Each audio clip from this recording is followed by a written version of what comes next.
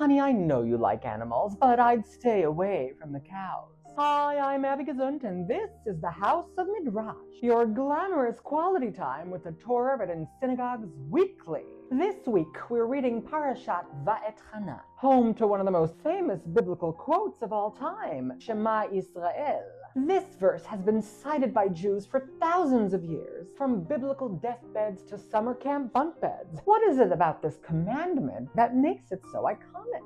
Well, if you ask the Midrash Rabbah, this verse is actually a callback to an earlier moment, the receiving of the Torah at Mount Sinai, where in response to the Ten Commandment live broadcast, the Israelites cry out, Na'aseh v'nishma, we shall do and we shall listen.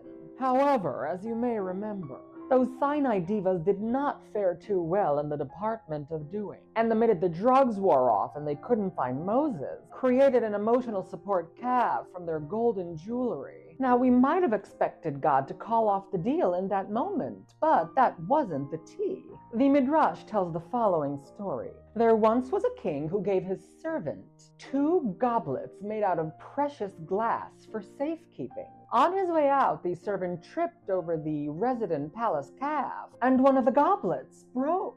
However, instead of punishing his servant, the king just told him to guard the other one with his life. So too, since the Israelites couldn't keep true to their words, we shall do, God only asked that we hold true to the second part of the promise. And so we are left with our promise to listen. In obsessively repeating Shema in the morning, in the evening, and every time we're about to die, we are invoking the righteousness of our Sinai ancestors, a generation who would often slide into God's DMs and would completely lose it at the sight of a young cow.